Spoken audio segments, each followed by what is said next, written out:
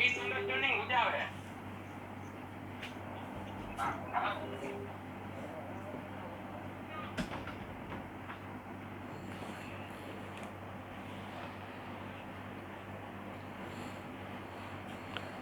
का सत्संग अपन शुरू करें। कृष्णाश्रय स्तोत्र। सब वैष्णवों को इस सत्संग ग्रुप में स्वागत है। सभी को आशीर्वाद। मंगलाचरण करेंगे, कृष्णाश्रय स्तोत्र का पाठ करेंगे और फिर अपना सत्संग का कार्य शुरू करेंगे। चिंता संतान हंतारो यत्पादाम्बुजरेणवः स्वीयानान्तान् निजाचार्यान् प्रणमामि मुहुर्मुहुः। यदनुग्रहतो जन्तुः सर्वदुःखातिगो भवेत् तमहं सर्वदा वन्दे श्रीमद्वल्लभनन्दनम्। अज्ञानतिमिरान्धस्य ज्ञानाञ्जनशलाकया चक्षुरुन्मीलितं येन तस्मै श्रीगुरवे नमः। नमामि हृदये शेषे लीलाक्षीराब्धिशायिनं लक्ष्मीसहस्रलीलाभिः सेव्यमानं कलानिधिं। चतुर्भिश्च त्रिभिस्तथा षड्भिर्विराजते योऽसौ पञ्चधार्दे मम। अथ कृष्णाश्रय स्तोत्रम्। सर्वमार्गेषु नष्टेषु कलौ च खलधर्मिणि पाषण्डप्रचुरे लोके कृष्ण एव गतिर्मम। म्लेच्छाक्रान्तेषु देशेषु पापैकनिलेषु च सत्पीडाव्यग्रलोकेषु कृष्ण एव गतिर्मम। गङ्गादितीर्थवर्येषु दुष्टैरेवावृतेष्व्यः तिरोहिताधिदैवेषु कृष्ण एव गतिर्मम। अहङ्कारविमूढेषु सत्सु पापानुवर्तिषु लाभपूजार्थयत्नेषु कृष्ण एव गतिर्मम। अपरिज्ञाननष्टेषु मन्त्रेष्वव्रतयोगिषु तिरोहितार्थदेवेषु कृष्ण एव गतिर्मम। नानावादविनष्टेषु सर्वकर्मव्रतादिषु पाषण्डैकप्रयत्नेषु कृष्ण एव गतिर्मम। अजामिलादिदोषाणां नाशकोऽनुभवे स्थितः ज्ञापिताखिलमाहात्म्यः कृष्ण एव गतिर्मम। प्राकृता सकला देवा गणितानन्दकं बृहत् पूर्णानन्दो हरिस्तस्मात् कृष्ण एव गतिर्मम। विवेकधैर्यभक्त्यादि रहितस्य विशेषतः पापासक्तस्य दीनस्य कृष्ण एव गतिर्मम। सर्वसामर्थ्यसहितः सर्वत्रैवाखिलार्थकृत् शरणस्थसमुद्धारं कृष्णं विज्ञापयाम्यहं। कृष्णाश्रयमिदं स्तोत्रं यः पठेत् कृष्णसन्निधौ तस्याश्रयो भवेत् कृष्ण इति श्रीवल्लभो ब्रवीत्। इति श्रीवल्लभाचार्य विरचितं कृष्णाश्रय स्तोत्रं सम्पूर्णम्।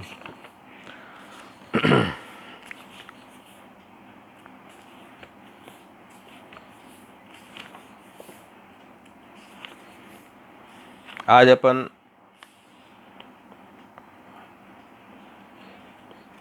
पांचवा श्लोक कृष्णाश्रय स्तोत्र का करेंगे।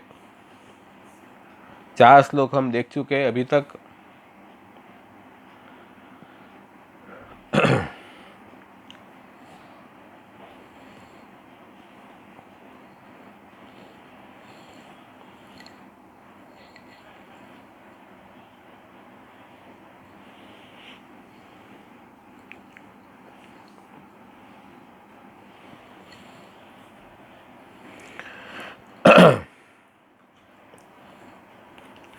दोस्त हरिराय महाप्रभु जी अपने शरण समर्पण सेवादि निरूपण जो ग्रंथ है उसमें आज्ञा कर रहे हैं कि जीव को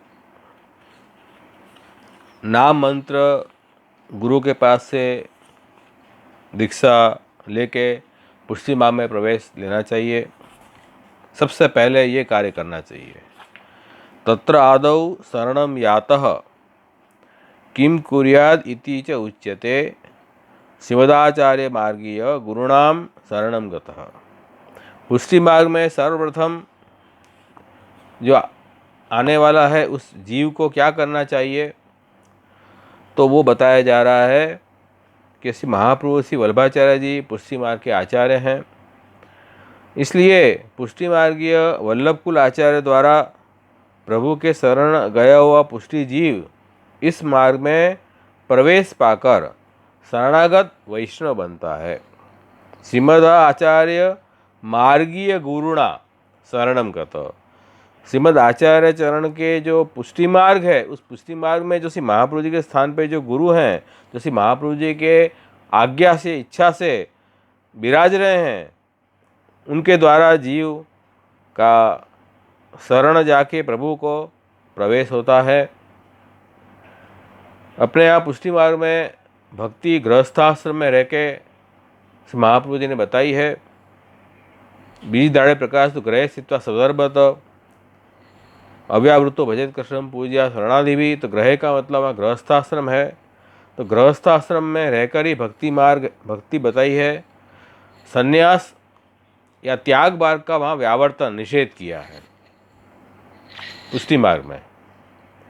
इसलिए संन्यास निर्णय ग्रंथ आपने अलग लिखा है कि पुष्टि मार्ग में त्याग धर्म नहीं लेना है, केवल विरह के अनुभव के लिए त्याग है। इसी कारण अपने यहाँ श्री महाप्रभु जी एवं श्री गोसाई जी ने अपने स्ववंश द्वारा गुरु परंपरा मान्य की है। मैंने औरस अपना जो ब्लड रिलेशन में जो वंश है उनके द्वारा ये आचार्य परंपरा मान्य की है। भूरि भक्ति प्रचारिक कृते स्वान्वय कृत्पिता स्ववंशे स्थापिता अशेष स्वमहात्म्य स्मयापह। तो ये इस के आधार पे हम कह सकते हैं कि मार्गीय जो गुरु हैं वल्लभ कुल के बालक, उनके द्वारा नाम मंत्र नाम दीक्षा लेकर वो जीव प्रभु के शरणागत होता है। फिर उस जीव को क्या करना, तो शरणागत जब होता है, जब नाम मंत्र ग्रहण करता है जीव, तो उसको दो भावना रखनी है। स्वामित्वेन हरिम स्वम तु सेवकत्वेन भावयेत लौकिकम वैदिकम वापि विदध्यात् भक्ति सिद्धये। प्रभु के शरणागत पुष्टि जीव को भगवान श्री कृष्ण जो हरि हैं, हरि का मतलब हमारे भक्तों के दुख दूर करने वाले जो श्री कृष्ण हैं, उनमें अपने स्वामी का भाव रखना चाहिए। भी ये मेरे स्वामी हैं, इन्हीं के मैं शरण हूँ, और खुद में मैं प्रभु का दास हूँ, सेवक हूँ, ऐसी भावना खुद में रखनी चाहिए। सबसे पहले जब नाम मंत्र लेके जब पुष्टि मार्ग में जीव आए तो उसको ये भावना सबसे पहले जरूरी है, श्री कृष्ण मेरे स्वामी हैं, मैं उनका दास हूँ, मैं उनका अंश हूँ, सेवक हूँ। इस कारण जो भी लोक संबंधी कार्य या शास्त्र में बताए हुए वैदिक जो कार्य हैं, उन कार्यों को भगवान की आज्ञा मानकर भक्ति के अंग रूप से केवल प्रभु की प्रसन्नता के लिए ही करने हैं। क्योंकि सेवक का तो यही धर्म है कि स्वामी की आज्ञा का पालन यथाशक्ति करे, जिससे प्रभु प्रसन्न हो और भक्ति सिद्ध है। इससे क्या होगा, भक्ति का भाव अपना दृढ़ होगा, प्रभु में स्वामी भाव दृढ़ होगा। ये बात बताई। उसके बाद जो शरणागत जीव है उसको क्या नहीं करना, वहाँ ये बात बता रहे हैं। न अन्य मार्ग आश्रय न एव देशांतर समाश्रय न एव तीर्थ आश्रय न एव अभिमते कर्तुताश्रय न एव मंत्र समाधार न च कर्मादिकाश्रय। 6 बात बताइए, 6 चीज़ का अन्य आश्रय हमें नहीं करना है। वो कौन कौन सी चीज़ है कि न अन्य मार्ग आश्रय, अन्य मार्ग का आश्रय नहीं करना। वैसे महाप्रभु जी ने जो पुष्टि मार्ग अपने को बताया है, उस मार्ग को छोड़ के और अन्य जो मार्ग कौन से, पूजा मार्ग, कर्म मार्ग, उपासना मार्ग, ज्ञान मार्ग, सांख्य का मार्ग, योग का मार्ग, ये सब जो मार्ग हैं, इसका आश्रय नहीं करना है। का मतलब कि इनसे मेरा उद्धार होगा, इस तरह से इन मार्गों का आश्रय नहीं करना है। क्योंकि सर्व मार्गेषु नष्टेषु कलौ च खलधर्मिणी पाषाण प्रचुर लोके कृष्ण एव गतिर्मम। इस कलयुग में सर्व मार्ग जो हैं वो नष्ट हो गए हैं। कलौ च, क्योंकि इस कलयुग में खलधर्मिणी कलयुग में पाखंड की प्रचुरता हो गई। इस कारण ये जितने भी मार्ग हैं वो अपने अशुद्ध फॉर्म में आ गए हैं, शुद्ध फॉर्म खो दिया है। इसलिए कोई मार्ग से हमारा उद्धार होने जाना नहीं है। और शुद्ध फॉर्म में प्राप्त हो भी तो भी ये करने इतने दुस्साध्य हैं कि इस कलयुग में तो हर व्यक्ति इस मार्ग पर चल भी नहीं पाएगा, और चलेगा भी तो भी उसको फल जो है मुक्ति के अतिरिक्त कुछ मिलेगा नहीं, साक्षात पुरुषोत्तम की प्राप्ति तो नहीं होगी। इसलिए कोई मार्ग का आश्रय नहीं करना, केवल भगवान का, श्री कृष्ण का ही आश्रय का जो मार्ग है पुष्टि मार्ग, उसमें ही रहना है। और अपने अपना पुरुषोत्तम जोशी की वार्ता में आती है कि भाई पुरुषोत्तम जोशी जो हैं वो एक बार उनको श्री महाप्रभु जी से मिलाप हुआ। श्री महाप्रभु जी संध्यावंदन कर रहे थे और पुरुषोत्तम जोशी वहाँ आए। तब आपने देखा कि ये तो बड़े महापुरुष हैं, अलौकिक पुरुष हैं, तो कुछ प्रश्न पूछूं। तब पुरुषोत्तम जोशी ने पूछा कि महाराज एक प्रश्न है, आप कहो तो करूं। तो आचार्य जी हाँ करो। उन्होंने कहा कि महाराज ये कर्म मार्ग बढ़ो कि ज्ञान मार्ग बढ़ो। तो श्री महाप्रभु जी ने कहा कि देखो, जिसके मन में जो भाए वही उसी के लिए मार्ग बड़ा है। क्योंकि श्री ठाकुर जी ने पुष्टि मार्ग, मर्यादा मार्ग, प्रवाह मार्ग से तीनों मार्ग अलग अलग बनाए हैं, और तीनों मार्ग पे चलने वाले जो जीव सृष्टि है वो भी तीनों अलग अलग बनाई है। इसलिए सबकी रुचि उस अनुसार होती है, इसलिए सबके लिए अपना अपना मार्ग बड़ा है। लेकिन आचार्य ने कहा कि भाई इस कलयुग में कोई देह का कष्ट सहन करे ऐसी स्थिति में नहीं है, और ये जो कर्म मार्ग, ज्ञान मार्ग हैं बड़े कठिन मार्ग हैं, इसलिए आज के जीव इस पे चल नहीं पाएंगे। इसलिए बड़ा तो भक्ति मार्ग है। क्यों? क्योंकि भक्ति मार्ग में सब जीव चल पाते हैं। ये पुष्टि मार्ग ऐसा है कि सब जीव इसमें चल पाते हैं, और जो लोग कर्म मार्ग, मर्यादा, ज्ञान मार्ग में भी नहीं चल पाएंगे उनका भी उद्धार इस पुष्टि मार्ग से हो जाएगा। ऐसे ऐसे आचार्य ने पुरुषोत्तम जोशी को आज्ञा की। इसलिए अपन श्री महाप्रभु जी भी कह रहे हैं कि सर्व मार्ग नश्वर कलौ च खधर्मिणी पासन प्रचलोकी कृष्ण गतिरोमा। इसी तरह श्री हरिराय महाप्रभु जी आज्ञा कर रहे हैं, न अन्य मार्ग आश्रय, अन्य मार्ग का आश्रय नहीं करना है। ये अपन ने प्रथम श्लोक में देखा। दूसरे श्लोक में क्या देखा कि म्लेच्छाक्रांतिषु देशेषु पापैक नीलेषु च सत्पीड़ा व्यग्रलोकेषु कृष्ण एव गतिरोमा। भाई जितने भी देश पवित्र क्षेत्र हैं, जिसे माने जाते हैं पवित्र देश माने जाते हैं, जहाँ जाने से हमारे पाप नष्ट हो जाए, हम शुद्ध हो जाएं, उन देशों की स्थिति ये है कि म्लेच्छ लोग वहाँ आके बस गए हैं, और म्लेच्छ लोग वहाँ अनाचार कर रहे हैं, पाप कर्म कर रहे हैं। इस कारण से जो सज्जन लोग हैं, धर्मिष्ठ लोग, उनको भी उन म्लेच्छों का प्रभुत्व हो जाने से उनके अनुसार चलना पड़ता है। इसलिए उनको भी बड़ा कष्ट हो रहा है। ये देख के हम जैसे सामान्य लोग तो धर्मों में श्रद्धा ही खो बैठते हैं, व्यग्रता आ जाती है। ऐसी स्थिति में अब उन देशों से उद्धार होगा, पवित्र देश से, ये अब आशा रखनी बेकार है। तो इसलिए कह रहे हैं कि न एव देशांतर समाश्रय, तो देश उद्धार नहीं करेगा, कृष्णाश्रय, कृष्ण गतिरोमा, यहाँ ठाकुर जी हमारा उद्धार करेंगे। इसलिए यहाँ स्पष्ट कहा है कि जहाँ प्रभु न विराजते हों ऐसे देश का आश्रय नहीं करना चाहिए। क्योंकि कौन सा देश हमारे लिए उद्धारक है? जहाँ साक्षात पुरुषोत्तम कृष्ण विराजते हों। कि कृष्ण का ही मार्ग हमें लेना है, कृष्ण का ही आश्रय करना है। सभी जो पुण्य क्षेत्र हैं वो म्लेच्छों के रहने के स्थान हो जाने के कारण वे पाप के ही अड्डे बन गए हैं, और सज्जन पुरुष पीड़ा से दुखी हो रहे हैं। अतः वैष्णवों को हरि स्थान में चित्त में दोष न आवे, इस तरह से भगवदी का संग हो, ऐसे रहना चाहिए। मतलब यहाँ से महाप्रभु जी वही कह रहे हैं कि भाई इन देशों का आश्रय नहीं करके हमें जहाँ हरि का स्थान है, जहाँ साक्षात पूर्ण पुरुषोत्तम विराजते हैं, ऐसे स्थान में रहो, और वहाँ भी चित्त में दोष ना आवे, इस तरह रहो। अतस्तेम हरिस्थाने तदीश तत्परी अधूरे विप्रकर सेवा यथा चित्तम न दुष्यति। वहाँ भी भगवदियों का संग करो, और अपने चित्त में दोष न आवे, भगवदियों के प्रति, ठाकुर जी के प्रति दोष न आवे, ऐसे वहाँ बैलेंस बना के रहो, जो कह रहे हैं। इस तरह संग करोगे तो तुम्हारा उद्धार हो जाएगा, ठाकुर जी तुम्हारा उद्धार करेंगे। तो वो देश हरिस्थान कौन से हैं? जैसे गोवर्धनाथ जी, श्रीनाथ जी का मंदिर है, सात स्वरूप के मंदिर हैं, श्री वल्लभ कुल के मंदिर हैं, श्री महाप्रभु जी श्री गोसाई जी की बैठक है, व्रज भूमि है, जहाँ भी भगवान कृष्ण विराजते हों, ऐसे हरि स्थान में अपन रह सकते। अपने घर में ठाकुर जी विराज रहे हैं, वो भी ठाकुर जी विराजने का स्थान है, वहाँ आनंद से रहो। या अपने घर में सेवा न हो पाती हो तो जहाँ ठाकुर जी विराजते हों वहाँ जाओ, वहाँ परिचर्या करो, वहाँ भगवदियों का संग करो। इस तरह से हम यदि रहें तो वहाँ कह रहे हैं, शिक्षापत्र में आज्ञा कर रहे हैं कि इस ऐसे जगह के रहेंगे वहाँ काल का प्रवेश नहीं है, काल कोई दखल अंदाजी नहीं कर पाएगा। ऐसे हरि स्थानों में वैष्णवों को भगवान की सेवा और भगवान के दर्शन हो, भक्तों के दर्शन हो, इस भाव से वहाँ रहना चाहिए और वहाँ भगवत जी का संग करना है। प्रभु न विराजते हो ऐसे देशों का त्याग करना, आश्रय नहीं करना। ये श्री हरिराय महाप्रभु जी ने दूसरी बात बताई। इसलिए यहाँ कृष्णाश्रय में श्री महाप्रभु जी आगे कर रहे हैं, म्लेच्छा क्रांतिषु देशेषु पापैक सत्पीड़ा व्यग्र कृष्ण गतिरोम, कृष्ण का ही आश्रय रखना है।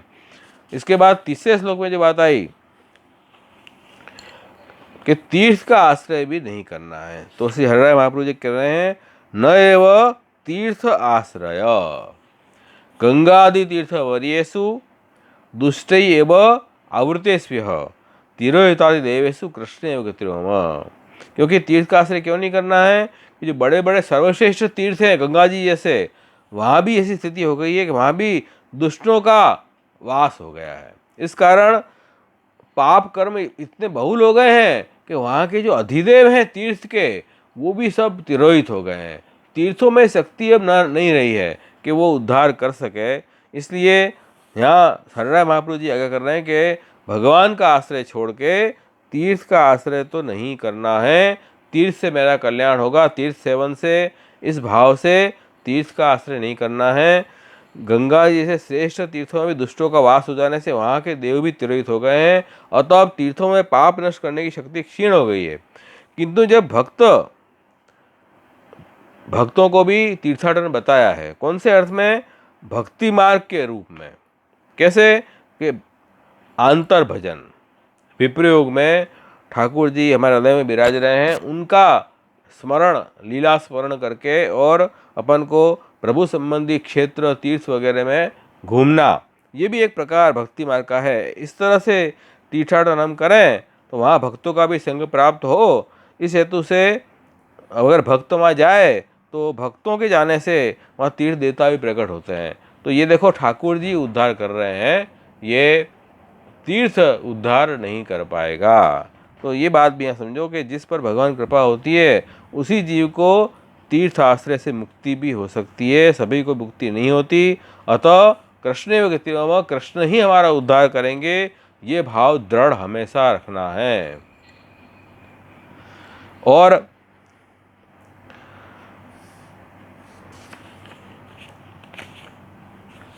तीसरे श्लोक में ये बात आई।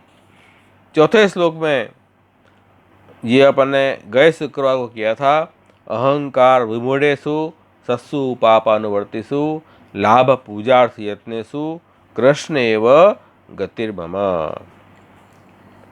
अब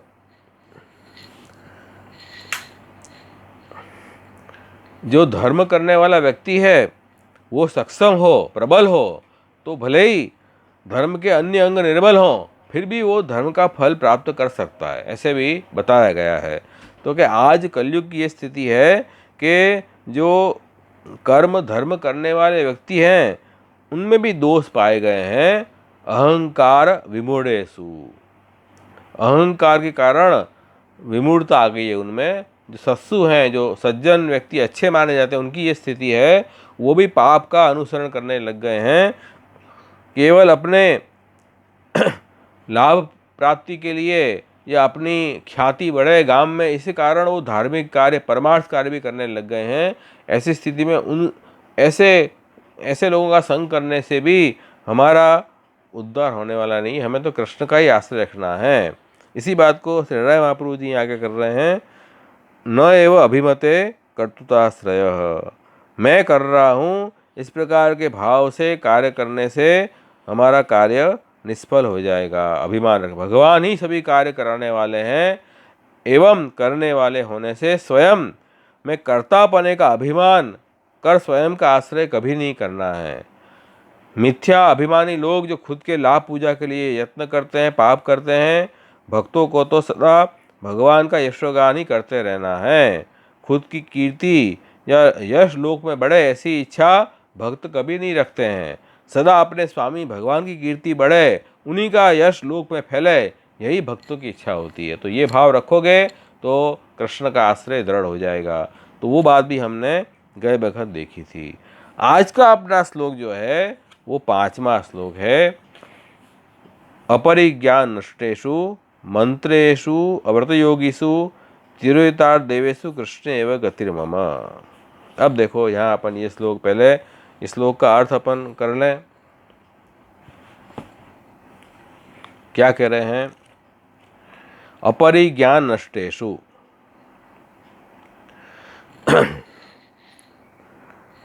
मंत्रेषु, मंत्रों में अपरिज्ञान नष्टेषु, अपरिज्ञान परिपूर्ण, परिज्ञान मतलब पूर्ण ज्ञान, अपरिज्ञान पूर्ण ज्ञान के अभाव में मंत्र कैसे हो गए? नष्ट प्राय हो गए। मंत्र में भी वो शक्ति नहीं रही है कि आपको कोई फल प्रदान कर सके। और दूसरा दोष कौन सा है? अव्रत योगीसु, जो व्रत रखने चाहिए मंत्र शुद्धि के लिए, मंत्र अनुष्ठान के लिए, वो व्रत भी नहीं है लोगों में। इस कारण वो मंत्र के जो देव हैं, जो फलदान करते हैं, वो देव भी वहाँ से तिरोहित हो गए। तिरोहितार्थ देवेशु, तो जिनके अर्थ और देव दोनों तिरोहित हो गए हैं, ऐसी स्थिति में अब मंत्र जप करने से भी हमारा उद्धार नहीं हो पाएगा। कृष्ण एवं गति, कृष्ण ही हमारी गति है। तो यही कह रहे हैं कि भाई शास्त्रों में मंत्रों की बड़ी महिमा बताई है। मतलब मंत्रों के सिद्ध करने से, उनका अनुष्ठान करने से फल सिद्धि हो जाती है, ऐसा शास्त्रों में बताया गया है। फिर कृष्णाश्रय की बात क्यों इतनी आप जोर शोर से कह रहे हो? भाई मंत्र में भी शक्ति है, ये बात आगे कर रहे हैं। तो देखो यहाँ श्री ब्रजराज चरण ने कुछ वो दिए हैं श्लोक, मंत्रों की महिमा बताते हुए श्लोक दिए हैं, वो अपन देखें कि शास्त्र में ये बात बताई है। अत परम सताम दुर्मिलतया तदपेक्षया मंत्र साधन जपादेहे स्वमात्र साध्यतया अंतरंगत्वात् तत्र च परिहायापि वेदान त्रीन कर्माणि विहितानि गायत्री मात्रम आश्रित्य द्विजो भवति निर्भय। देखो ये बात कह रहे हैं भैया, ये बात तो हम समझ गए कि अहंकार की मूर्ता के कारण अब कोई सत्पुरुष तो मिलने वाला नहीं है जो हमारा उद्धार करे, लेकिन हम स्वतः मंत्र का अनुष्ठान क्यों नहीं कर सकते? जो कह रहे हैं कि हम मंत्र जप करें, मंत्र जप के साधन करें, तो किसी की अपेक्षा रखे बिना हम खुद ही फल सिद्ध कर लेंगे। मंत्र जप करो बैठ के, यूँ कह रहे हैं। तो उसमें आप कृष्णाश्रय मंत्र का आश्रय लेने से भी तो हमारा फल सिद्धि हो सकती है, हमारा उद्धार हो सकता है। तो कह रहे हैं कि देखो, क्योंकि शास्त्र में भी ऐसे दिए हैं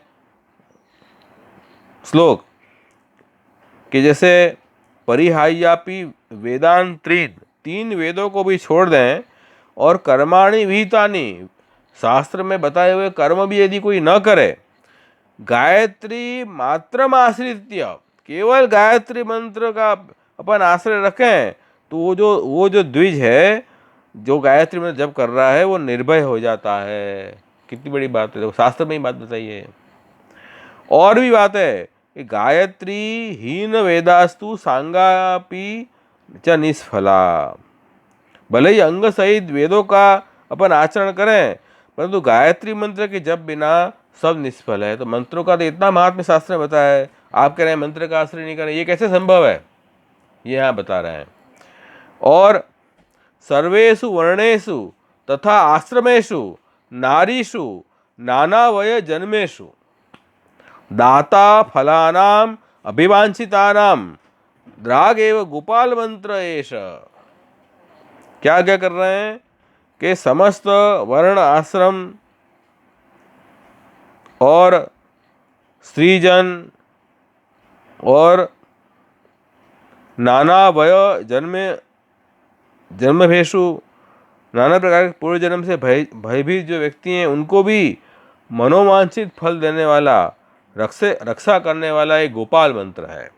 तो ये देखो, गायत्री मंत्र वो वैदिक मंत्र है, गोपाल मंत्र है वो तंत्र में बताया, वैष्णव तंत्र में बताया, नारद पंचरात्र वगैरह में गोपाल मंत्र का बहुत बड़ा महात्म्य दिखाया। तो ये गोपाल मंत्र के जप करने मात्र से ही आपको मनोवांछित फल की प्राप्ति हो जाएगी। फिर आप ऐसा क्यों कह रहे हो कि मंत्र का आश्रय मत रखो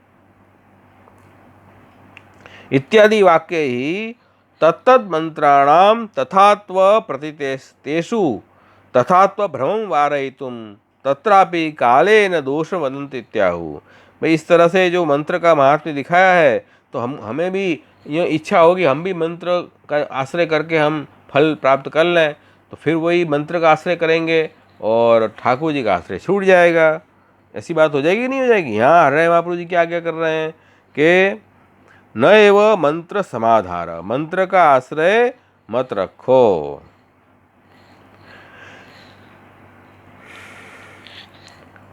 क्यों मत रखो? तो श्री महाप्रभु जी उसका कारण दिखा रहे हैं। अपरिज्ञान नष्टेषु मंत्रेषु अव्रत योगीषु तीर्थार देवेशु कृष्ण एवं गतिर्मम। मंत्र का पूर्ण ज्ञान लोगों को है नहीं, और वो मंत्र के लिए जो शुद्धि अशुद्धि व्रत संकल्प रखना पड़ता है वो भी लोगों को है नहीं। इसके कारण क्या हुआ, वो मंत्र के फल देने वाले देव हैं स्वयं, वही वहाँ नहीं विराज रहे हैं, तो फल कौन देगा आपको। ये स्थिति मंत्रों की भी आज कलयुग में हो गई है। वही चीज को बता रहे हैं कि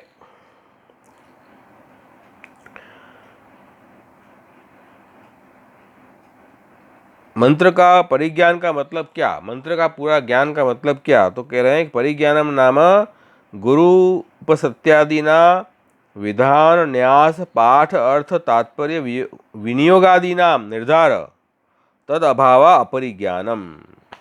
भाई सबसे पहले गुरु के शरण जाओ।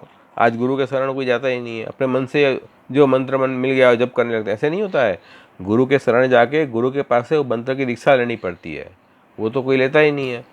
तो फिर मंत्र फलित कैसे होगा, क्योंकि ये परंपरा से मंत्र आ रहे हैं, है ना, आचार्य परंपरा से मंत्र दिए जा रहे हैं। तो वो बात है, गुरु के शरणागत होकर मंत्र का विधान बताया गया है। फिर मंत्रों का न्यास करना चाहिए, मतलब वो मंत्र को अपने शरीर को मंत्रमय बनाना पड़ता है। उसके बाद मंत्र का जो पाठ है उसका क्या अर्थ है, अर्थ समझना चाहिए। वो अर्थ का तात्पर्य क्या है, माने किस तात्पर्य से वो अर्थ बताएगा, ये भी ज्ञान होना चाहिए।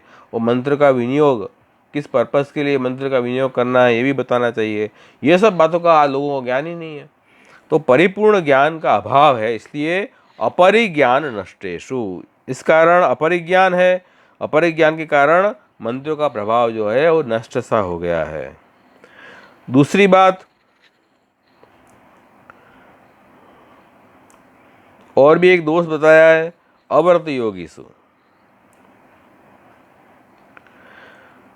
मतलब मंत्र की आरंभ दशा में हमें गुरुकुल में वास करना, ब्रह्मचर्य का पालन करना, अध्ययन करना, धर्म के परिपालन करना, ये सब भी व्रत कोई रखते नहीं है। इसके कारण अव्रत के योग होने से मंत्रों की शक्ति क्षीण हो गई है। ऐसी स्थिति में हमें क्या होगा कि तिरोर्थार्थ देवेशु, वो जो उस मंत्र के जो अर्थ हैं, फल और देव, फल को देने वाले देव, वो दोनों ही तिरोहित हो गए हैं, वहाँ प्रकट नहीं है। प्रकट नहीं होने से अब उनका हमें मंत्र का कुछ चमत्कार फल दिखाई नहीं देता है। तो ये बात यहाँ कह रहे हैं। इसलिए हमें मंत्रों का अब आश्रय रखना भी बेकार है। इस कलयुग में सभी मंत्र सारहीन हो गए हैं, ये कह रहे हैं। सभी मंत्र जो हैं वो अब फल साधक नहीं रहे हैं। ये व्रजराय चरण ने ये बात आज्ञा की है। अब अपन कल्याण राय जी की आज्ञा कर रहे हैं। देखो कल्याण राय जी आज्ञा कर रहे हैं कि देखो मंत्र दो प्रकार के हैं, वेद में कहे हुए मंत्र गायत्री मंत्र, और नारद पंचरात्र में जो कहे वो गोपाल मंत्र, अष्टाक्षर मंत्र वगैरह, अपना अष्टाक्षर नहीं, दूसरा अष्टाक्षर मंत्र है। तो इसमें इस मंत्रों के जो फल हैं, अर्थ हैं, तात्पर्य हैं, देवता का स्वरूप, ये सब का ज्ञान लोगों को नहीं है, इसलिए अपरिज्ञान ज्ञान है। इससे मंत्र का प्रभाव अब नहीं है। तो और वैदिक तांत्रिक मंत्र का सामर्थ्य भी अब नहीं रहा है, ये कारण है। और नियम में तो वही बात बताई, गुरुकुल में वास करना, ब्रह्मचर्य का पालन करना, शूद्रों के सानिध्य में नहीं रहना। आजकल तो जो है ये वर्णाश्रम धर्म ही नहीं रहा, तो शूद्रों का सानिध्य तो पहले होगा, क्योंकि आप कोई वर्ण आश्रम में कोई मानता ही नहीं, अब तो इंटरकास्ट मैरिज हो रहे हैं। ये स्थिति में अब मंत्र आपको कहाँ सहायक होंगे। और अनध्याय जिस दिन नहीं पढ़ना चाहिए उस दिन तो हम पढ़ाई करते हैं, और पढ़ाई करना चाहिए वहाँ नहीं करते हैं, आसुरी वेला में पढ़ाई करते हैं, तो वो कैसे मंत्र फलित होंगे। इस तरह से वैदिक तांत्रिक मंत्र जो हैं उनके अर्थ और तात्पर्य भी अपन को ज्ञान नहीं है, इसलिए अब ये मंत्र का सामर्थ्य नष्ट हो चुका है। और कह रहे हैं कि एक बहुत अच्छी बात यहाँ कल्याण जी अपन को आगे कर रहे हैं जो समझने लायक है।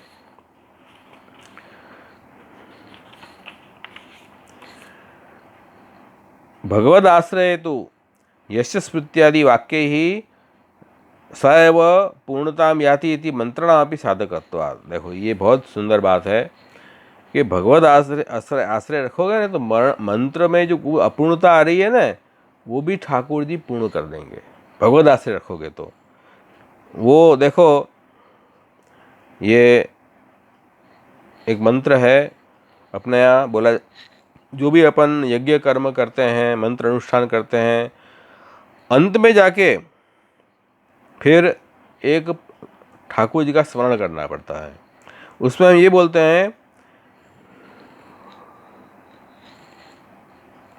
जब सब कर्म अपन पूरा कर लें, सब मंत्र अनुष्ठान पूरा कर लें, अंत में जाके बोलते हैं, यस्य स्मृत्या च नामोक्ताया तपो यज्ञ क्रियादिषु न्यूनम संपूर्णताम याति सद्यो वंदे तमचितम मंत्रहीनम क्रियाहीनम भक्तिहीनम जनार्दन यत् कृतं तु मया देव परिपूर्णम तदस्तु में। मतलब क्या हुआ इसका कि भगवान कृष्ण के स्मरण एवं नाम कीर्तन से तप, यज्ञ, मंत्र की जितनी भी क्रियाएं हैं, जो भी उसकी त्रुटियां हैं, वो संपूर्ण हो जाती है। ऐसे भगवान अच्युत की मैं फिर से वंदना करता हूँ।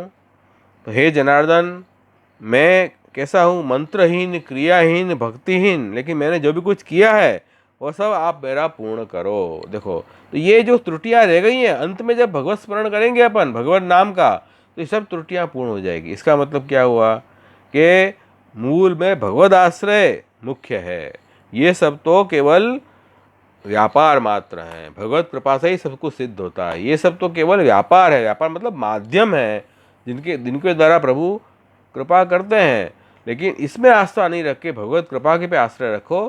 कृष्णेव गति मम, ये मुख्य यहाँ समझाना चाह रहे हैं। तो यही बात यहाँ श्री कल्याण जी ने यहाँ बताई कि भगवद आश्रय तो मंत्राणाम अपनी साधकत्वात्, भगवद आश्रय रखने पर तो मंत्र भी हमें सब कुछ सिद्ध करेंगे। ये एक सुंदर बात यहाँ बताई है। अब अपन ये बात समझ गए कि मंत्र में भी जो शक्ति है वो भगवान ही पूरी करते हैं। मतलब देखो, भगवत गीता का अपन देखें, भगवत गीता में जो भी अन्य देवों के मंत्र वगैरह हैं, उनके लिए भी भगवान स्पष्ट 7वें अध्याय में आज्ञा कर रहे हैं। यो यो याम याम तनुं भक्तः श्रद्धयार्जितुमिच्छति तस्य तस्य अचलां श्रद्धां तामेव विदधाम्यहम्। जो भक्त जिस देवता का श्रद्धापूर्वक पूजन करना चाहता है, उस देवताओं में भगवान श्री कृष्ण ही उसकी श्रद्धा को दृढ़ करते हैं। उन देवताओं का मंत्र से स्मरण करना श्रद्धा से, ये भी ठाकुर जी ही उसकी श्रद्धा कर रहे हैं। तो ठाकुर जी को ऐसा नहीं है कि सब मेरी ही पूजा करें, जिसमें श्रद्धा निष्ठा वो करे, यो ठाकुर जी कह रहे हैं। इसलिए प्रभु जो है हमारे जैसे लौकिक तो है नहीं, प्रभु तो अलौकिक। लौकिक व्यक्ति क्या मानेगा, सब लोग हमारे पास ही आए, सब ग्राहक हमारे पास आए, सब गुरु मानेंगे कि सब शिष्य हमारे पास ही आए, ये तो लौकिकता है। प्रभु तो अलौकिक पूर्णानंद स्वरूप है। इसलिए प्रभु कहते हैं कि जिसकी जहाँ श्रद्धा हो वो श्रद्धा भी मैं ही दृढ़ करता हूँ। और सतया श्रद्धया युक्त तस्य आराधनम ईहते लभते च तत कामान मयैव विहितानि तान्। जब ठाकुर जी ने जो श्रद्धा दृढ़ की है उस देव में, उस व्यक्ति की, वो श्रद्धायुक्त होकर मनुष्य उन देव की उपासना करता है, मंत्र जपता है, सब करता है, उसकी इच्छा अभिलाषा भी पूरी होती है। और वो कामना जो पूर्ति होती है वो भी ठाकुर जी ने उन देवों को जो शक्ति दी है, सामर्थ्य दी है, उस अनुसार ही वो देव उन अपने भक्तों के फल की प्राप्ति कराते हैं। तो सब कुछ ठाकुर जी के हाथ में है, कृष्ण के हाथ में है। ये बात यहाँ समझो। मनुष्य ये समझ रहे हैं कि मैंने अन्य देवताओं की पूजा की, मंत्र उपासना की, तो उससे हमें अन्य देवताओं ने फल दिया। वास्तव में सभी देवता भगवान के अधीन हैं और सब कामना की पूर्ति का अधिकार सामर्थ्य भगवान ने उनको दिया हुआ है। भगवान की जो अधिकार है वो अधिकार अनुसार वो देव जो हैं वो सबको फल देते हैं। तो अधिक अगर नहीं है ठाकुर जी की इच्छा उसको फल देने की, तो अन्य देव का भजन करेंगे तो भी अन्य देव भी फल नहीं देंगे। देखो ये बात भी समझ लो। जैसे अपने यहाँ बुला मिश्र की वार्ता में आया, उन्होंने सरस्वती देवी का मंत्र जब किया तो सरस्वती देवी प्रसन्न होकर कहा कि बोलो, तो मुझे विद्या चाहिए। तो कहे नहीं, मैं विद्या तुमको नहीं दे सकती क्योंकि तुम्हारे भाग्य में विद्या नहीं है। तो ठाकुर जी की इच्छा नहीं थी तो विद्या नहीं मिली। फिर उन्होंने भगवान के शरण गए तो ठाकुर जी ने सब कुछ दे दिया। तो ऐसी बात है, तो ठाकुर जी सब कुछ देते हैं। इसलिए अन्य देव का भजन और भगवान के भजन में जमीन आसमान का अंतर है। वो अंतर ठाकुर जी स्वयं गीता में बता रहे हैं। अंतवत्तु फलम येषान तद्भवती अल्पमेधसाम देवान देवो जो यान्ति मद्भक्ता यान्ति मामपि। तुच्छ बुद्धि वाले अज्ञानी जीव हैं, वो अन्य देवताओं की उपासना करते हैं, उनका मंत्र जप करते हैं, उनको फल भी नाशवान मिलता है। और जो भगवान के भक्त हैं वो भक्त मुझे प्राप्त होते हैं, उनको शाश्वत वैकुंठ की प्राप्ति होती है। इसलिए यही कह रहे हैं कि अन्य देव का भजन और भगवान के भजन में बड़ा अंतर है। अंतर ये भी है कि भले भगवान का भजन सकाम भाव से भी किया जाए, पूर्ण आश्रय रखे प्रभु में, वो अन्य देव के भजन से बेटर है। क्यों?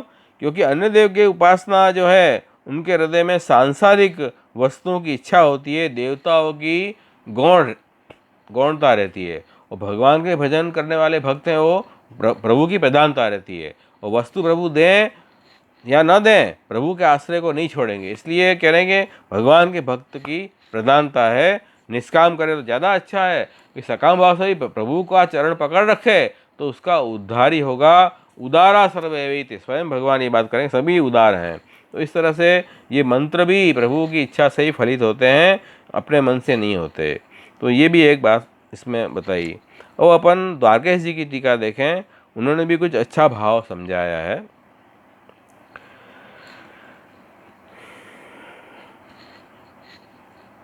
द्वारकेश जी जो है आज्ञा कर रहे हैं, ननु गोपाल आदि तांत्रिक वैदिक मंत्र हरिदिन व्रतानाम विद्यमानत्वात् तेषां च सर्वथा शोधकत्वात् कथम न तई तेषां पूर्वरूपत्वं तत्राह। क्या कह रहे हैं कि गोपाल मंत्र, तांत्रिक वैदिक मंत्र, एकादशी व्रत वगैरह सर्वत्र बताए गए हैं, वो किए जा रहे हैं, तो क्या इनसे शुद्धि नहीं होगी? जो आप कष्टाश्रय की बात कर रहे हैं, उसे महाप्रभु जी ने कहा नहीं, क्योंकि अपरिज्ञान नष्टेषु मंत्रेषु अवर्त योगीषु, यही बात बता रहे हैं। अपरिज्ञान नष्टेषु मतलब क्या कह रहे हैं कि ये जो मंत्र हैं उनका पूर्ण ज्ञान नहीं है सब लोगों को। मंत्र के जो अंग हैं वहाँ से लेके फल पर्यंत स्वरूप का ज्ञान होना जरूरी है। अगर ये ज्ञान नहीं है तो पूर्ण ज्ञान नहीं होने से मंत्र फलित नहीं होता है। दूसरा अपरिज्ञान क्या है, जैसे गोपाल मंत्र फॉर एग्जाम्पल, गोपाल मंत्र के लिए एक जगह ऐसा लिखा है कि वरांगना वशीकरणादिकम फलत्वं श्रूयते, स्त्रियों को वश करने के लिए गोपाल मंत्र का प्रयोग किया जाता है। तो ये क्या है, ये अज्ञानी जो अल्प बुद्धि वाले जीव हैं उन्होंने इस गोपाल मंत्र का मुख्य विनियोग यूँ समझ लिया, इसलिए उनका वो अपरिज्ञान है, वो सांसारिक विषयों में फंसे रहते हैं ऐसे लोग। तो ये अपरिज्ञानी अज्ञानी उसका कारण है। गोपाल मंत्र केवल उसके लिए नहीं है, गोपाल मंत्र तो भगवान की भक्ति के लिए है, लेकिन एक अवान्तर फल कहीं बताया है गोपाल मंत्र का कि हम सब धन प्राप्ति हो जाती है, स्त्री बस हो जाती है। तो लोग जो अज्ञानी लोग हैं उसने ये बात पकड़ ली और गोपाल मंत्र का विनियोग जो केवल इसी तुच्छ विषय प्राप्ति के लिए करते हैं, तो ये उनका अपरिज्ञान है, पूरा ज्ञान नहीं है। इस कारण वो गोपाल मंत्र की शक्ति है वो भगवत प्राप्ति कराने की है, वो भी क्षीण हो गई, यूँ कह रहे हैं। इसलिए ये अपरिज्ञान मंत्रेषु, ये अपरिज्ञान नष्टेषु मंत्रेषु, अपरिज्ञान के कारण मंत्र में वो नष्ट, मंत्र भी नष्ट हो गए, फल देने में वो समर्थ नहीं रहे। क्योंकि शास्त्र में स्वयं कहा है कि भक्ति योग जो है सभी अनर्थ को उपशमन करने वाला है। तो इसलिए भक्ति का उपयोग भी लोग जो है वो सांसारिक विषयों की प्राप्ति में करने लग गए, तो ये उनका सबसे बड़ा अज्ञान है। तो भक्ति के लिए अपन गोपाल मंत्र का प्रयोग करें तो वास्तव में वो गोपाल मंत्र से भक्ति प्राप्त होती है ठाकुर जी की, और भक्ति से ठाकुर जी की प्राप्ति होती है, ऐसा बताया। पूजा मार्ग में अपन निष्काम पूजा करें तो वहाँ एकादश स्कंद में भी और भक्ति अंश में भी श्री गोसाई जी ने बताया है कि अपन पूजा भी पहले निष्काम पूजा करेंगे तो अपन को भक्ति प्राप्त होगी और भक्ति से पुरुषोत्तम की प्राप्ति होगी। इसलिए ये जो गोपाल मंत्र वगैरह पूजा मार्ग में मंत्र बताए गए हैं तो ये भी निष्काम भाव से करना चाहिए, लेकिन कई लोग बेचारे ये बात समझते नहीं हैं। और अव्रत योगीसु,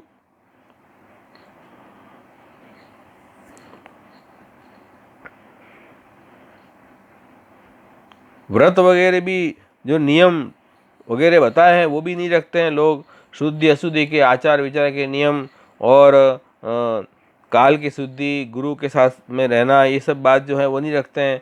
तो फिर इसी स्थिति में वो मंत्र का केवल पाठ जो है वो फलदायक नहीं होता है। वो मंत्र खाली शब्दों से बाहर लगता है लेकिन मंत्र के अंदर की शक्ति गायब हो गई। आजकल देखो गायत्री मंत्र स्कूलों में भी पाठ कराते हैं, हर कोई बोल रहा है गायत्री मंत्र। तो गायत्री मंत्र केवल शाब्दिक रह गया है, अंदर उसके अर्थ और देव तो तिरोहित हो गए, तिरोहितार्थ देवेशु, खाली बाहर में वो शब्द दिखाई दे रहा है। क्योंकि वो गायत्री मंत्र इस तरह नहीं बोला जाता है, गायत्री मंत्र का एक नियम है, व्रत है, कैसे दीक्षा लेनी, दीक्षा लेके कैसे उसकी शुद्धिपूर्वक उसका जप करना, क्या अनुष्ठान करना, वो सब चीज़ अपन पालें तो गायत्री मंत्र फलित हो। खाली ऐसे ही बोल जाने से नहीं होता है। तो ऐसे आजकल चाल चल गई है कि सब लोग गायत्री मंत्र बोल रहे हैं, तो ऐसे अव्रत योगीसु मंत्र नष्ट हो गए हैं। और दूसरी बात ये और बता रहे हैं कि आप ऐसा जो कह रहे हैं कि व्रत वगैरह अब नहीं करने, लेकिन देखो ननु किमिति आयासपूर्वकम कर्मव्रतादीनाम असाधकत्वम साध्यते, कर्म व्रत वगैरह को असाधक आप क्यों कह रहे हैं, सिद्ध नहीं करेंगे कुछ भी, ऐसा क्यों कह रहे हैं। भागवत में तो कहा है कि दान व्रत होम, मतलब दान व्रत होम जब स्वाध्याय ये सब अपन साधन अपन करें तो कितने जन्म के बाद में कृष्ण भक्ति सिद्ध होती है, ऐसा शास्त्र में कहा है। जन्मांतर सहस्रेषु अपन को भक्ति सिद्ध हो जाएगी, ये भी कहा है शास्त्र में। तो इस तरह जो शास्त्र में कहा है, तो आप कर्म व्रत नहीं करना जो क्यों कह रहे हैं, तो कह रहे हैं इसका कारण ये है कि ये जो शास्त्र में विधान जो किया है ये तानी वाक्यानि प्रावाहिक भक्ति पराणी, ये पुष्टि भक्ति मार्ग के लिए ये बात नहीं है। यहाँ जो भक्ति उत्पन्न होगी वो कौन सी भक्ति उत्पन्न होगी, मर्यादा भक्ति उत्पन्न होगी और उससे मोक्ष फल मिलेगा। हमें मोक्ष फल की इच्छा नहीं है, हमें भगवान के भजनानंद की इच्छा है। तो इसलिए ये जो वचन है कि कर्म व्रत वगैरह मंत्र वगैरह करेंगे तब जाके अपन को कृष्ण भक्ति प्राप्त हो जाएगी, जैसे मंत्र का आश्रय रखना, ये बात अपने लिए यहाँ नहीं बताई है। ये बात भी यहाँ ये कह रहे हैं क्यों कि भागवत में ही स्पष्ट कहा है नरोदेति माम योग न सांख्यम धर्म उद्धव न स्वाध्याय तपत्याग निष्ठापूर्तो न दक्षिणा। भाई भागवत में यही बात कही है कि भाई देखो योग, सांख्य, धर्म पालन, स्वाध्याय, तपस्या, त्याग, इष्टापूर्ति, दक्षिणा वगैरह से कोई से भगवान प्राप्त नहीं होते हैं। केवल भक्ति से ही भगवान की प्राप्ति होती है, ये बात बताई है। इस प्रकार भगवान क्यों कहते हैं? नहीं तो व्रत दान मंत्र से भगवान प्राप्ति होती, तो ठाकुर जी ये बात क्यों कह रहे हैं यहाँ? तो ये बात भी समझो। और भगवान के शरणागत जो जीव हैं, मामी पार्थ विपासित्य ये पी शिव पापयो नय स्त्रियो विषय तथा शूद्रास तेपी यान्ति पराम गतिम। भगवान के शुद्ध भाव से भगवान के शरण में जाएं तो कितना भी कोई अपवित्र जीव भी क्यों ना हो, उनको भी भगवान की प्राप्ति हो जाएगी। ये भी गीता में भगवान आगे कर रहे हैं। और भी बात बताई है कि मूल में तो न अयमात्मा प्रवचन लभ्य न मेदन बहुना श्रुते न, ये भी श्रुति में कहा है। ये परमात्मा कोई साधन से प्राप्त नहीं होता, केवल भगवान की इच्छा जिसको प्राप्त कराने की उसे प्राप्त होते हैं। इसलिए यहाँ ये बात समझो कि व्रत वगैरह के आश्रय करने से, मंत्र का आश्रय करने से भगवत प्राप्ति नहीं होगी, प्रभु की कृपा से ही प्रभु की प्राप्ति होगी। ये भी हमें समझना चाहिए। तो इसलिए हम तो ठाकुर जी की कृपा पे आश्रित हैं। ठाकुर जी की कृपा होगी वही जीव प्रभु के शरणागत जाएगा। हे प्रभु, मेरे पास कोई साधन नहीं है उद्धार करने के, आप ही मेरा उद्धार करोगे। इस तरह भगवत कृपा से ही मेरा उद्धार होगा, ऐसे कृपा आश्रित हम हैं। कृष्ण एवं गतिरों में कृष्ण का जो मार्ग है ना, वो कृपा पे आश्रित होने का मार्ग है।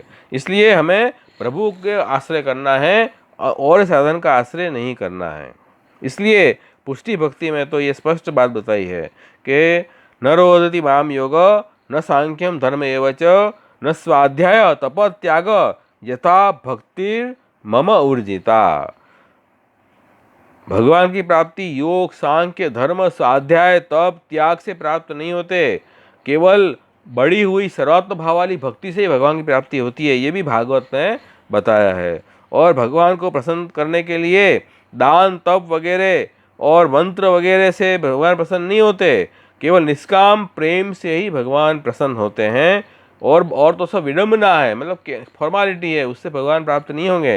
ये भी सप्तम स्कंद में भगवत में बताया है। तो ये देखो, ये सब बात क्या दिखा रही है कि ठाकुर जी की प्राप्ति व्रत मंत्रों के अनुसंधान से नहीं होगी। इसलिए मूल में तो सबका आश्रय छोड़ के भगवान का आश्रय पकड़ना पड़ेगा। सर्वधर्मान परित्यज्य माम एकम शरणं व्रज अहम त्वा सर्व पापेभ्यो मोक्षयिष्यामि मा शुच। यही भगवान आगे कर रहे हैं कि सबको छोड़ के एक सब मेरे में निष्ठा रख, मेरा ही आश्रय करके रख, तो तेरा सब प्रकार से मैं सब दुख को दूर कर दूंगा। तो ये विधि ठाकुर जी यहाँ आज्ञा कर रहे हैं। इसी तरह आगे भी बताया है कि ऐसे तो कई वचन हैं जिसमें भगवान की इच्छा कृपा ही भगवत प्राप्ति का मुख्य साधन बताया गया है। लेकिन एक बात और है, यहाँ आज्ञा कर रहे हैं कि तावत कर्माणि कुर्वन्ति नर निर्विद्यते यावते। इन वचनों में जब तक कर्म करने चाहिए, जब तक ठाकुर जी की भक्ति प्राप्त ना हो, तब तक हमें व्रत कर्म मंत्र वगैरह करने चाहिए। तो ये आप मना कर रहे हो करने की, ऐसा क्यों कह रहे हो? तो कह रहे हैं कि देखो, इसमें भी एक बात समझो कि हम जो भगवदीय हैं, पुष्टि मार्ग के जीव हैं, वो भी मंत्र जपते हैं, कर्म भी करते हैं, लेकिन उसका स्वरूप अलग है। कैसे अलग है? वो स्वरूप ऐसे है कि जैसे हम प्रभु की आज्ञा मान के ये कर्म करते हैं। ठाकुर जी की आज्ञा है कि मेरा भक्त ये सब कर्म व्रत वगैरह करे, मंत्र जपे, उस भाव से करते हैं। इससे, इस अनुष्ठान करने से मेरा उद्धार होगा, ऐसा हम नहीं मानते हैं। इसलिए ये भगवत आश्रित होकर हम कर रहे हैं। देखो, ये बात भी भगवत गीता में भी ये बात भगवान आगे कर रहे हैं, 9वें अध्याय में ही है, 27वां श्लोक। वहाँ भी देखो स्पष्ट ये बात बताई, जो भी कर्म आप करो वो प्रभु की प्रसन्नता के लिए करना है। यद करोषि यद असनासी यद जोषि ददासी यद तपस्यसि कौन्तेय तत् कुरुष्व मदर्पणम। हे अर्जुन, तू जो भी कुछ करता है, जो भोजन करता है, यज्ञ करता है, दान देता है, तप करता है, वह सब मेरे अर्पण कर दे। तो मतलब यहाँ यही कह रहे हैं कि भगवान को अर्पण करके और सब कुछ कार्य करना है। तो वो हम उन सब कार्यों को साधन मान के और फिर फल हमको मिलेगा इससे, इसका आश्रय करने, ये भाव से नहीं करते हैं। ये सब कर्म हम प्रभु को अर्पण का मतलब है कि ये प्रभु की आज्ञा से ये काम कर रहा हूँ, ठाकुर जी प्रसन्न हो इससे, इस भाव से उनके चरणारविंद में अर्पण कर दें। हम इस भाव से हम ये अर्पण कर रहे हैं कि भगवान की आज्ञा अनुसार, भगवान के अनुकूल होके और हम अर्पण का भाव कर रहे हैं। इसलिए ठाकुर जी उस कर्म का अनंत गुणा फल अपन को देते हैं। ये भाव से हमें करना है। तो देखो ये बात समझ, इसलिए जहाँ जहाँ भी हम मंत्र अनुष्ठान कर रहे हैं, दान कर रहे हैं, व्रत कर रहे हैं, और सब में से गोपी जी वल्लभ प्रीत्यर्थम ये संकल्प करके हम सब कार्य करते हैं। उनको उन कर्म करने से, उनका आश्रय करने से मेरा उद्धार होगा, ऐसा भाव हमारा कहीं भी नहीं है। तो ये बात ही यहाँ हरिराय महाप्रभु जी कह रहे हैं कि नैव मंत्र समाधार, मंत्र का आश्रय हमें नहीं लेना है। सबसे श्रेष्ठ मंत्र तो मंत्रो एक तस्य नामानि यानि। स्वयं जगन्नाथ राय जी ने ये बात बताई, एकम शास्त्रम देवकीपुत्र गीतम, एको देवो देवकीपुत्र एव, मंत्रो अपि एक तस्य नामानि यानि, कर्मापेकम तस्य देवस्य सेवा। तो भगवान श्री कृष्ण की भगवत गीता सर्वश्रेष्ठ शास्त्र है, भगवान कृष्ण सर्वश्रेष्ठ देव हैं और भगवान का नाम ही सर्वश्रेष्ठ मंत्र है। उन भगवान कृष्ण की सेवा ही सर्वश्रेष्ठ कर्म है। इसलिए कह रहे हैं कि अन्य वैदिक तांत्रिक मंत्र पर आश्रित नहीं होना है हमें, केवल भगवत नाम जो है श्री कृष्ण शरणं मम, ये महामंत्र अपन को श्री महाप्रभु जी ने दिया है। इसलिए अब कली काल में प्राय मंत्र का अज्ञान हो गया है, व्रतादि धर्म अपन समझते नहीं है। इसलिए ये जो मंत्र है वैदिक तांत्रिक मंत्र, ये जो अपन शुद्धि आचार विचार उसके नियम अनुसार नहीं करेंगे तो ये कोई फल नहीं दे पाएंगे, और फल भी देंगे तो वो भी अपने पुष्टि मार्ग से तो उतरता हुआ ही फल मिलेगा। इसलिए इन मंत्रों का आश्रय मत रखो। ये मंत्र के देव भी तिरोहित हो गए हैं, ये मंत्र फलदायक नहीं है। किंतु प्रभु भक्त प्रभु पर आश्रित होके, प्रभु में पूर्ण विश्वास रख के प्रभु का नाम जपता रहे, तो कह रहे हैं कि उन भगवत नाम से जीव का उद्धार अवश्य होता है। इसलिए ऐसी महाप्रभु जी ने विवेक धैर्याश्रय में ये स्पष्ट आज्ञा की है, तस्मात् सर्वात्मना नित्यम, नवरत्न में तस्मात् सर्वात्मना नित्यम श्री कृष्ण शरणं मम वदत बीरे सततम स्थे मित्य में मति। तो यहाँ क्या करें, इसलिए जीव को सदा अष्टाक्षर मंत्र श्री कृष्ण शरणं मम, इस मंत्र का सदा बोलते रहना चाहिए, इस तरह स्थिति बनाए रखनी चाहिए, उससे सब कार्य सिद्ध उसके हो जाएंगे। तो ये बात यहाँ बता रहे हैं कि भाई यदुक्तोपचाचरण श्री कृष्ण शरणं मम अतएव निश्चिंतम यही के पारलौकिक है। गुसाई जी भी आगे कर रहे हैं कि महाप्रभु जी ने जो ये मंत्र हमें दिया है श्री कृष्ण शरणं मम, इससे हम निश्चिंत हो गए। अब हमें लोक वेद में किसी बात की चिंता या भय नहीं है। ऐसा महामंत्र अष्टाक्षर मंत्र हमें दिया है, तो हमें तो कृष्ण का आश्रय रख के इस मंत्र का जप सदा करते रहना है, ये यहाँ कह रहे हैं। तो नित्य नियम से हमें ये मंत्र का जप करना है, और भगवत शरणागति रखते हुए, पूर्ण विश्वास रखते हुए। देखो इसमें भी मंत्र जप करें लेकिन विश्वास ही ना हो हमें, तो मंत्र फलित नहीं होगा। ये बात भी समझो, विश्वास इसमें होना चाहिए, और अन्य आश्रय का त्याग होना, ये दो चीज़ बहुत जरूरी है। तो अष्टाक्षर मंत्र कब फलित हो, जब हम प्रभु की कृपा में पूर्ण आश्रय रखें। हे ठाकुर जी, मैं आपका अष्टाक्षर मंत्र जप कर रहा हूँ, और ये जप क्यों कर पा रहा हूँ, आपके शरणागत क्यों हो, कि आपकी कृपा है मेरे ऊपर। भगवत कृपा के बिना हम ठाकुर जी के शरणागत भी नहीं हो पाते, ना उनका मंत्र जप कर पाते हैं। तो भगवत कृपा से ही मैं प्रभु के शरण गया हूँ, और शरणागति का जो मंत्र है श्री कृष्ण शरणं मम, ऐसी भावना हृदय में रखते हुए मैं मंत्र का जप कर पा रहा हूँ, ऐसी भावना रखनी है। इसी से मेरा उद्धार होगा, और से नहीं होगा, ऐसा पूर्ण विश्वास रख के हमें उसमें रहना है। तो देखो यहाँ अपन एक वार्ता देखें यही बात को समझाते हुए कि एक श्री गुसाई जी का सेवक था, वो गुसाई जी के दर्शन के लिए आया, दिखा दिया है। तब विरक्त वैष्णव ने श्री गुसाई से विनती की, नहीं महाराज मुझको नाम सुनाइए। तब श्री गुसाई जी ने आपको नाम सुनायो। तब ऐसे गुसाई जी आप कृपा करके निवेदन कराए। फिर विरक्त वैष्णव ने श्री गुसाई से विनती की, महाराज हमको कहा कर्तव्य है। तब श्री गुसाई जी ने वह विरक्त वैष्णव को आज्ञा की है, तुम नाम मंत्र को हृदय में जप करो, बस श्री कृष्ण शरणं मम या मंत्र हृदय में जप करो, तासो तुमको भगवत भाव सिद्ध होएगो, सब भगवत भाव तुमसे इससे सिद्ध हो जाएगा। सो ता दिनते और विरक्त नित्य नाम मंत्र को अपने हृदय में जप करने लगे। उस दिन से वो जप करने लगा। सो कितनेक दिन में वाको से गोसाई जी की कृपा से भगवत भाव उत्पन्न भयो। तो कृपा से वो नाम मंत्र जप कर रहा था और एक दिन उसका फल ये हुआ कि उसको हृदय में प्रभु के लिए अत्यंत भाव प्रेम प्रकट हो गया और तब वह नित्य श्री नवनीत प्रिया जी के दर्शन करे, नित्य ठाकुर जी के दर्शन करे नवनीत प्रिया जी के, क्योंकि गोसाई जी ने उनको यही दिखाया था कि तुम नित्य ठाकुर जी के दर्शन किया करो और नाम मंत्र का जप किया करो। तो ये प्रकार वो करता था। एक दिन से गोसाई जी की आज्ञा मांग के वो गया कि मैं सिन्हा जी के दर्शन कर आऊँ। तो सिन्हा जी के दर्शन को गया, फिर वहाँ से वो परिक्रमा को गया, व्रत परिक्रमा करके इसी गोकुल आया। फिर भगवती का संग अहरनिश वार्ता वगैरह करे। फिर वो विरक्त वैष्णव पृथ्वी पर्यटन को निकला। ऐसे करते करते वो एक गांव में पहुंचा। वहाँ किसी वैष्णव के बेटे को एक सर्प ने डस लिया था, सर्प ने डस लिया, वो मर गया। तब उसकी माँ बहुत जोर जोर से रोने लगी, बहुत विलाप करने लगी। सो उस मार्ग में विरक्त वैष्णव वहाँ आया। उन्होंने देखा कि ये सब क्या हो रहा है। तो विरक्त वैष्णव ने पूछी, भाई क्यों रो रहे हो। तो कुछ लोग खड़े थे, उन्होंने कहा भाई इसका इस तरह से हुआ, इसके बेटे को सर्प ने काट लिया और ये बेचारी विलाप कर रही है उसके दुख के मारे। तब बा विरक्त वैष्णव ने भगवत नाम को उच्चार कियो। तब वो बालक जी उठा, बालक को जान आ गई। तब सब लोग वाकई पीछे पड़ गए और कहने लगे कि अरे ये जो विद्या है आपके पास वो हमें भी सिखाइए। आपने कैसे मरे हुए व्यक्ति को जिंदा कर दिया, हमें भी ये विद्या सिखाइए।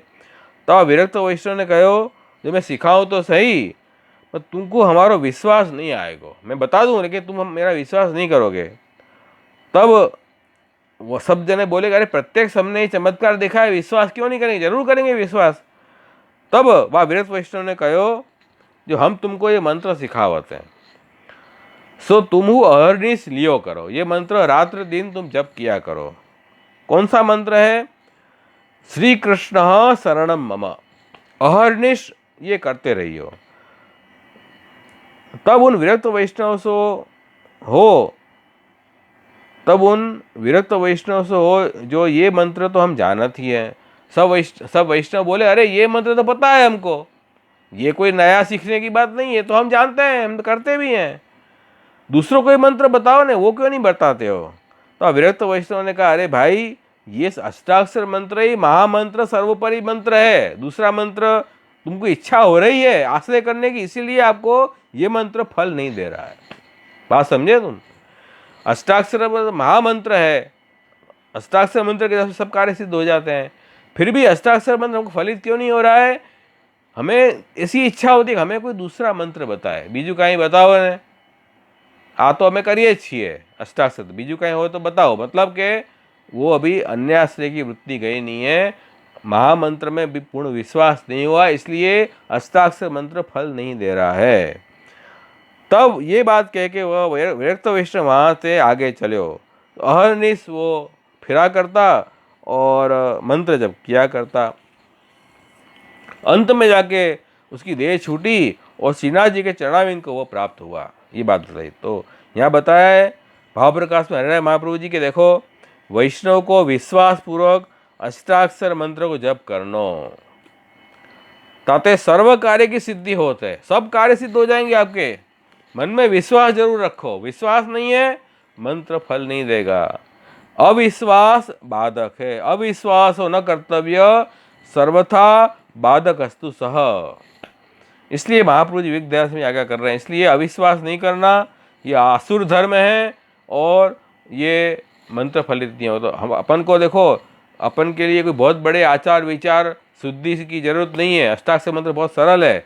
अन्य पूजा मार्ग में और वैदिक मंत्रों को सिद्ध करने के लिए बहुत सारे नियम कानून बताए गए हैं, वो तो कोई पालन कर नहीं पाएगा।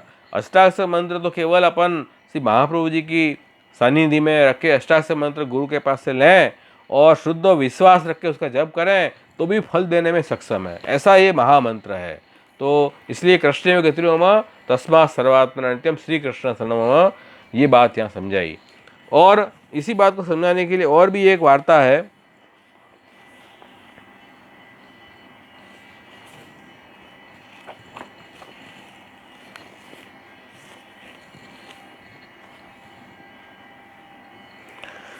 एक वैष्णव गौरवा क्षत्रिय महावन को, बाकी वार्ता है यहाँ आज्ञा कर रहे हैं कि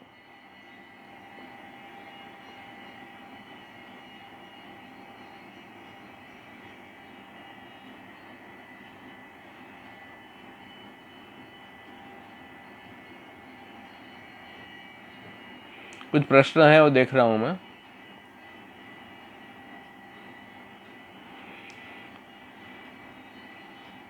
गायत्री मंत्र उच्चार कराए। गायत्री मंत्र का उच्चार कौन करेगा? जिसने गायत्री मंत्र की दीक्षा ली है, जनोई ली है, वही गायत्री मंत्र का उच्चार करेगा तो फलित होगा। सब लोग उच्चार करेंगे तो फलित नहीं होगा वो मंत्र, वो मंत्र के देवता प्रकट नहीं होंगे। तो हमें तो, अगर आप ब्राह्मण हो या आप क्षत्रिय हो या वैश्य, जो गायत्री मंत्र ये जनोई लेते हो तो अवश्य गायत्री मंत्र जप करिए। वो भी गायत्री मंत्र भी ठाकुर जी का ही मंत्र है, प्रभु में भाव रख के जप करिए। लेकिन गायत्री मंत्र का सकाम भाव से अब जप करेंगे तो वो अन्याश्रय हो जाएगा, ये भी ध्यान रखना है। तो उसमें बहुत बड़ी शुद्धि अशुद्धि, आचार विचार, व्रत के नियम ध्यान रखने पड़ते हैं। अष्टाक्षर मंत्र में ऐसे सब क्लिष्ट नियम नहीं है। अष्टाक्षर मंत्र शुद्ध भाव से यदि विश्वासपूर्वक ले तो उसको तुरंत वो फल देता है। एक वैष्णव जो है वो श्री गोसाई जी के शरण आया और फिर गोसाई जी ने उसके माथे हस्ताक्षर की सेवा पधराई। वो आगे ले घर आया, रोज वो ठाकुर जी को भोग धरे और वैष्णव को महाप्रसाद लिवावे, लेकिन मुख से भगवान नाम ले तो जाए, ये उसका नियम। भगवान नाम एक क्षण भी छोड़े नहीं। तो एक दिन ऐसा हुआ कि वो महाप्रसाद लेके वैष्णव को प्रसाद लेने के लिए गया। रास्ते में एक सर्प पड़ा हुआ था, सर्प हटे नहीं वहाँ से, बहुत उपाय किए, तब उसने वह सर्प को मार दिया वैष्णव ने। तो सर्प की जो नागिन थी उसने बदला लेके वैष्णव का पीछा किया, मैं वैष्णव को खाऊंगी। पर ये वैष्णव रात्रि दिन भगवत नाम अष्टाक्षर मंत्र लिया करे, श्री कृष्ण शरणम, इसलिए वो नागिन जो है उसको डस नहीं पाई। देखो ये चमत्कार है अष्टाक्षर मंत्र का।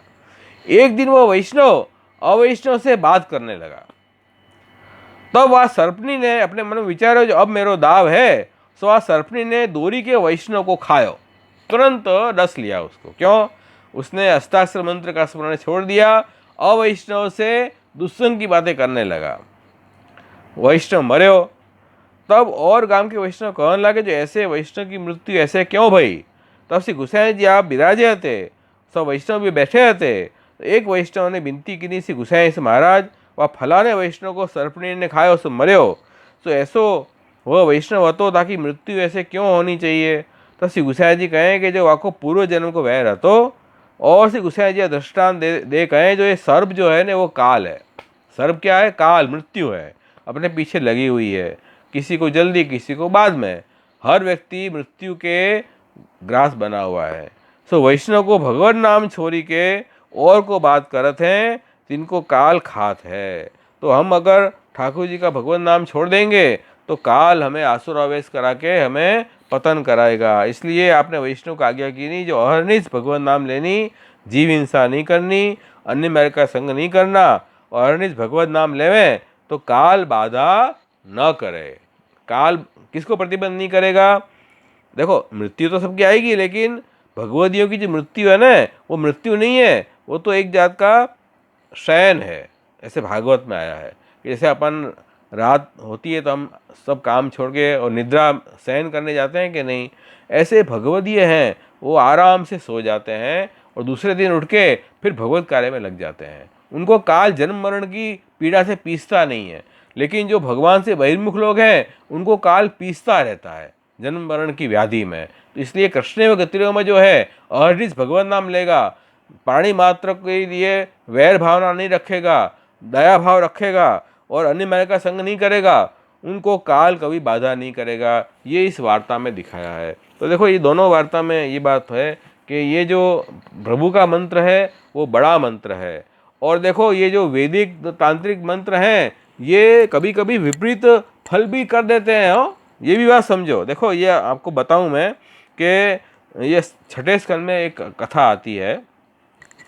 छठे स्कंद में ये बात आई है कथा कि जो इंद्र ने विश्वरूप को, इंद्र का कुछ अपराध हुआ अपने गुरु के प्रति, तो बृहस्पति उनके गुरु हैं, वो नाराज होकर चले गए। अब देवताएं गुरु बिना हो गए। फिर ब्रह्मा जी की आज्ञा से उन देवताओं ने विश्वरूप को गुरु बनाया।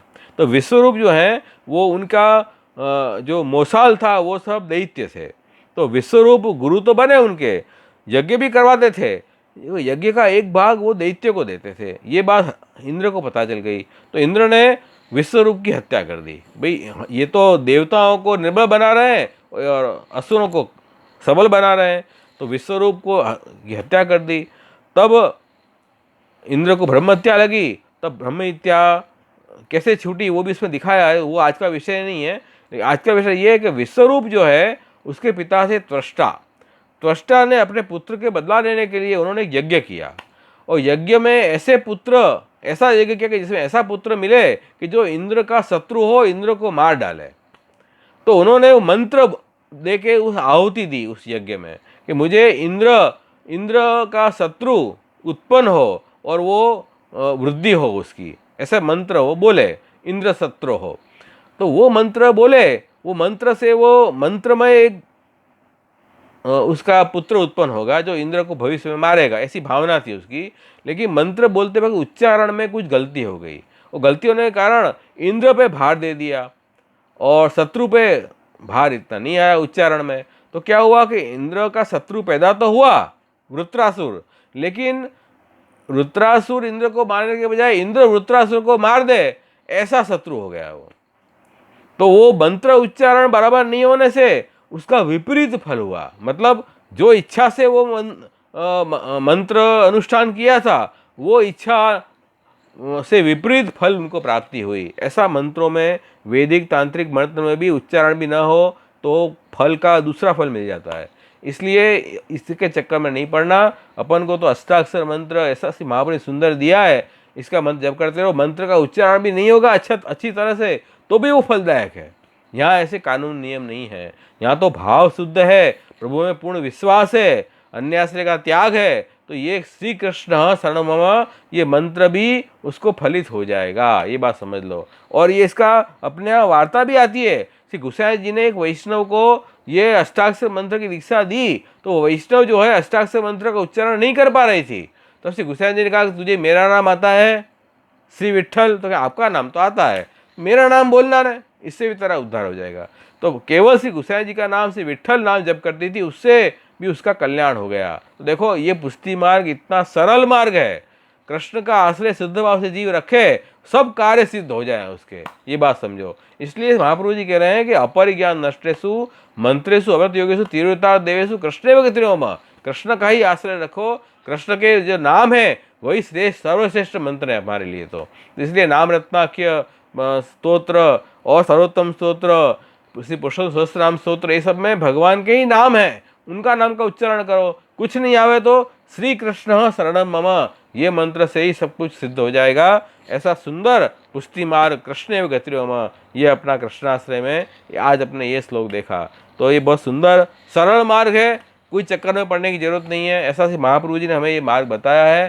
तो इस तरह से आज इस श्लोक की विवेचना मैं पूरी कर रहा हूँ। अपन अब दूसरा श्लोक अगले शुक्रवार को देखेंगे। कोई आपको प्रश्न हो तो पूछ लो, चैट बॉक्स में डाल दो प्रश्न, तो मैं उनका उत्तर दे दूँ।